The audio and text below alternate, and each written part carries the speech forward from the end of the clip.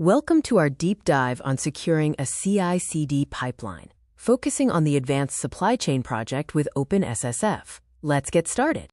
The continuous integration and continuous delivery pipeline is the engine of modern software development, but it's also a major target. Secure CI/CD is no longer optional, it's critical.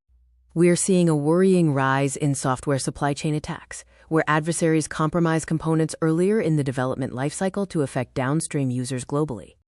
The Open Source Security Foundation, or OpenSSF, provides crucial frameworks and tools to help bridge the security gaps in the open source software supply chain, protecting the building blocks of our technology.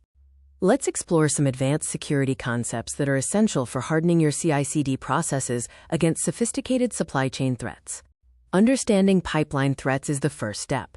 These include everything from compromised dependencies and malicious code injection to tampering with the build environment itself. A core principle is least privilege. This means ensuring every step in your CI/CD pipeline and every user has only the minimal access necessary to perform its function, reducing the potential blast radius of a breach.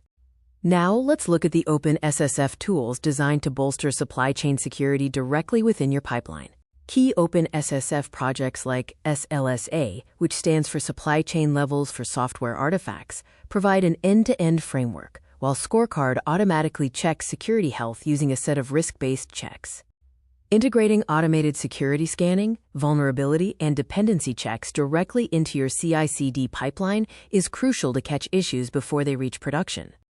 Moving from theory to practice, here are some actionable steps for securing your CI/CD pipeline. Securing your source code management involves enforcing branch protection, requiring multi-factor authentication for commits, and using automated checks on every pull request. Enforcing artifact signing and verification ensures that only trusted, verified build artifacts are used downstream, making it much harder for malicious actors to inject code. Using policy as code for deployment means security policies are defined and enforced automatically as part of the pipeline logic, ensuring consistency and preventing manual errors. Let's consider a practical case study of an OpenSSF project to see these best practices in action. This project demonstrates end-to-end security, from source code to production deployment, using OpenSSF's tools to build trust and transparency throughout the supply chain. Measuring and reporting your security posture gives you a clear, objective view of where you stand and helps prioritize further security investments. To wrap up, security in the CI/CD pipeline is essential for preventing major supply chain attacks. Remember these key best practices: implement least privilege, enforce artifact signing, and use continuous automated security scanning. We urge you to explore OpenSSF standards and tools today to future-proof your development pipelines and secure your software supply chain.